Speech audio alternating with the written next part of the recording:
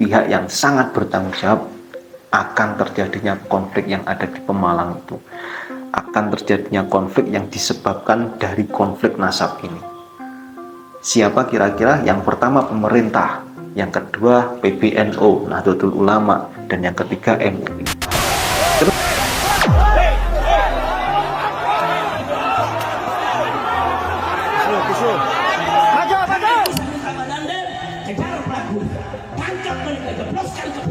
Begitu juga Kapolres. Kalau Bapak dan Bapak Kapolres tidak bekerja 1x24 jam, kami akan kirim pejuang-pejuang Islam untuk kejar. Ini hal yang lucu begitu kan. FPI adalah organisasi yang sudah dibubarkan. Sedangkan kami organisasi yang legal, sah secara hukum, jelas ada ART-nya, jelas visi dan misinya. Jadi kekhawatiran mereka sehingga membranding kami PKI ataupun komunis. Padahal kalau runut dari sejarahnya, runut sejarah, kita buka sejarah, yang PKI itu, gembong-gembong PKI-nya itu adalah keluarga Rizik Syihab.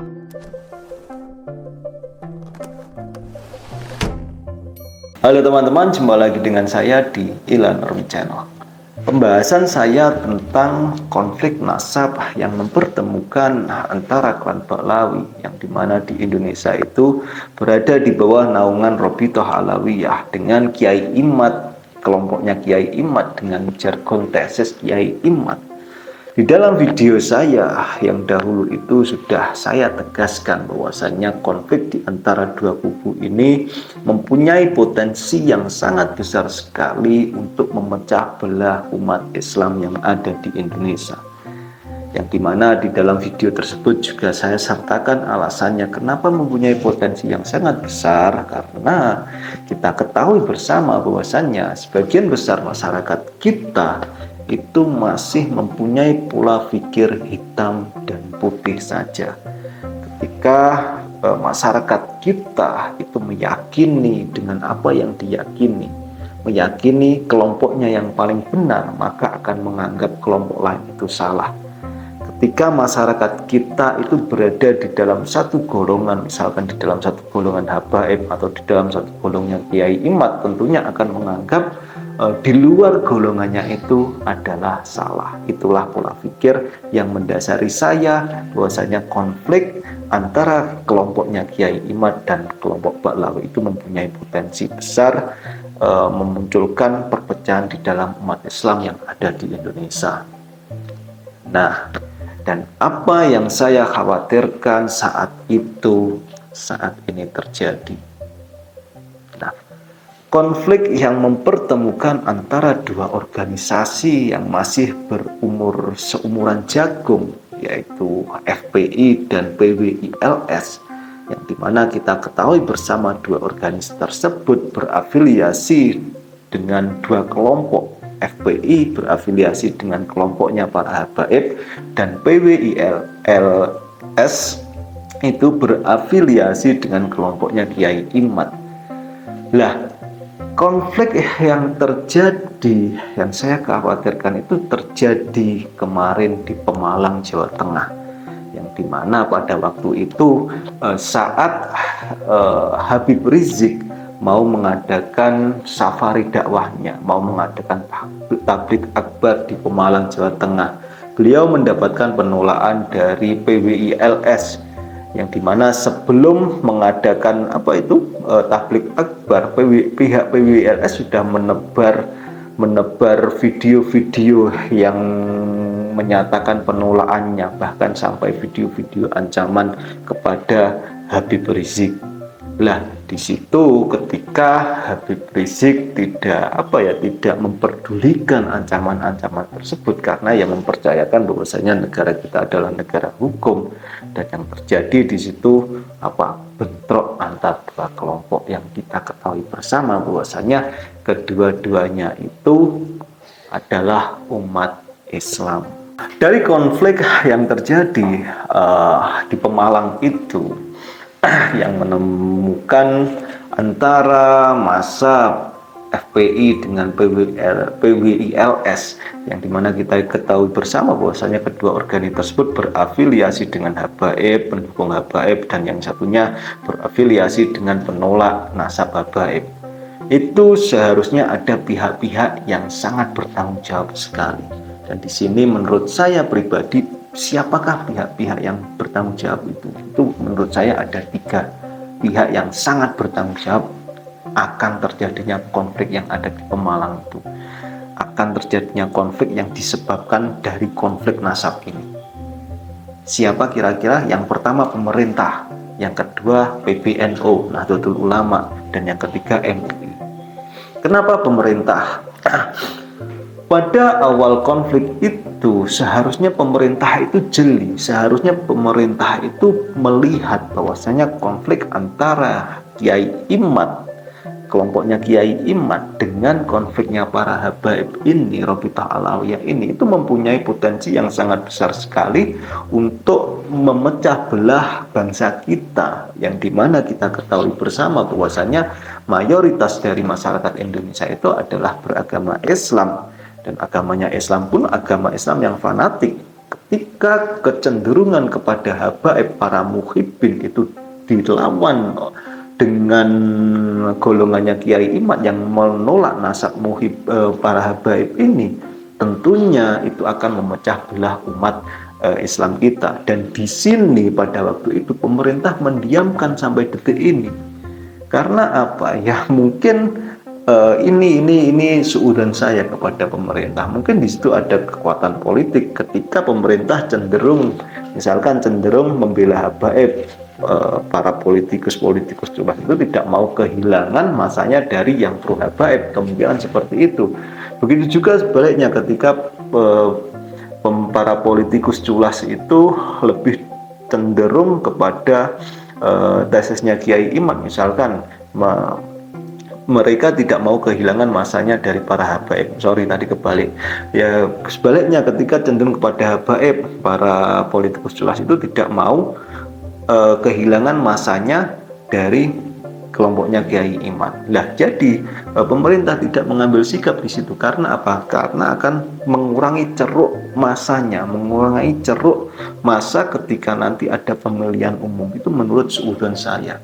Maka dari itu pemerintah cenderung membiarkan adanya konflik nasab yang ada di Indonesia ini. Padahal prediksi saya, apa yang sudah saya prediksikan, konflik nasab ini itu akan memunculkan sebuah konflik gesekan, perpecahan umat yang ada di Indonesia. Selanjutnya yang harus bertanggung jawab dengan adanya konflik yang ada di Pemalang itu yaitu PBNU, Nahdlatul Ulama. Kenapa PBNU harus bertanggung jawab dengan adanya konflik ini?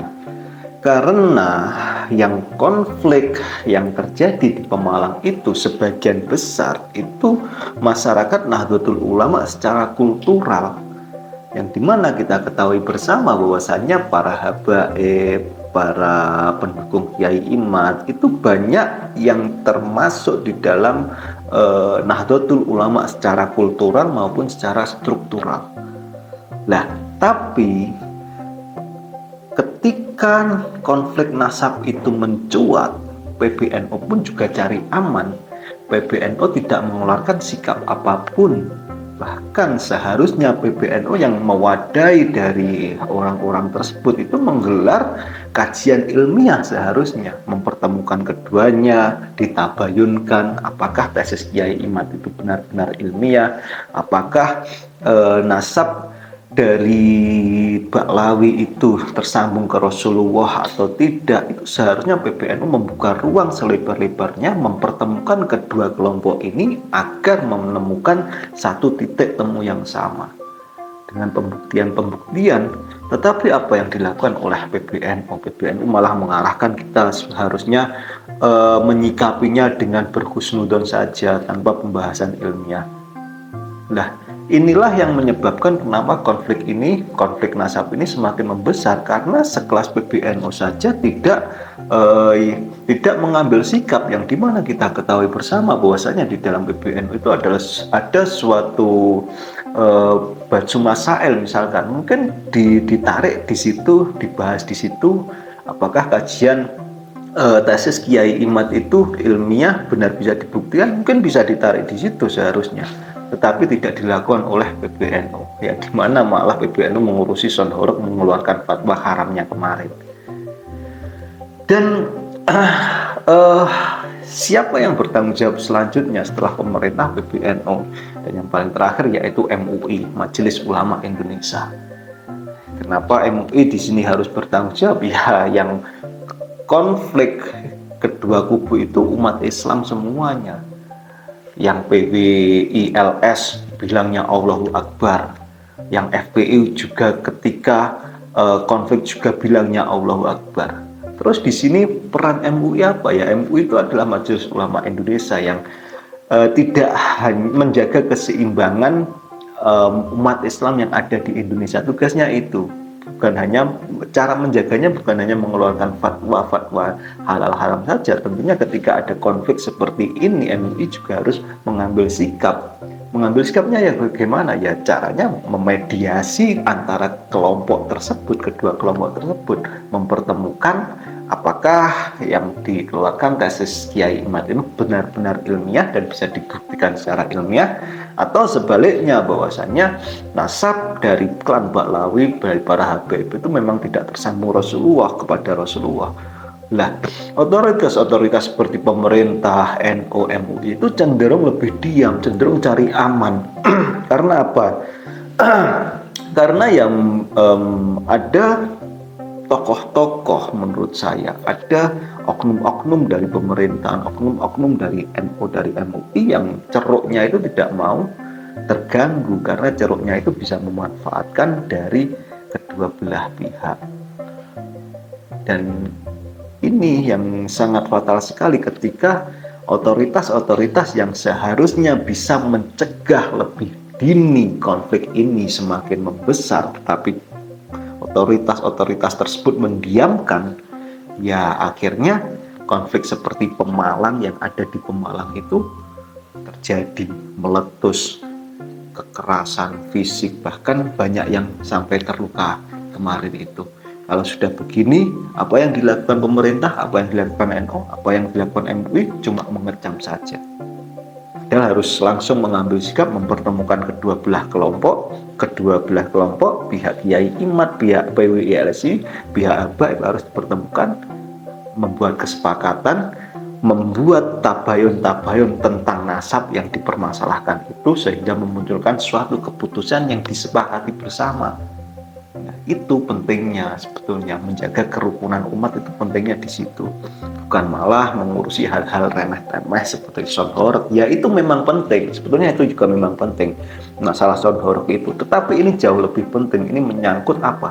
Menyangkut persatuan umat Islam secara luas, persatuan bangsa Indonesia yang dimana terancam terpecah belah dengan adanya konflik nasab ini. Oke teman-teman, demikian dari saya, kurang lebihnya mohon maaf. Yang belum subscribe silahkan subscribe. Jumpa lagi di video selanjutnya.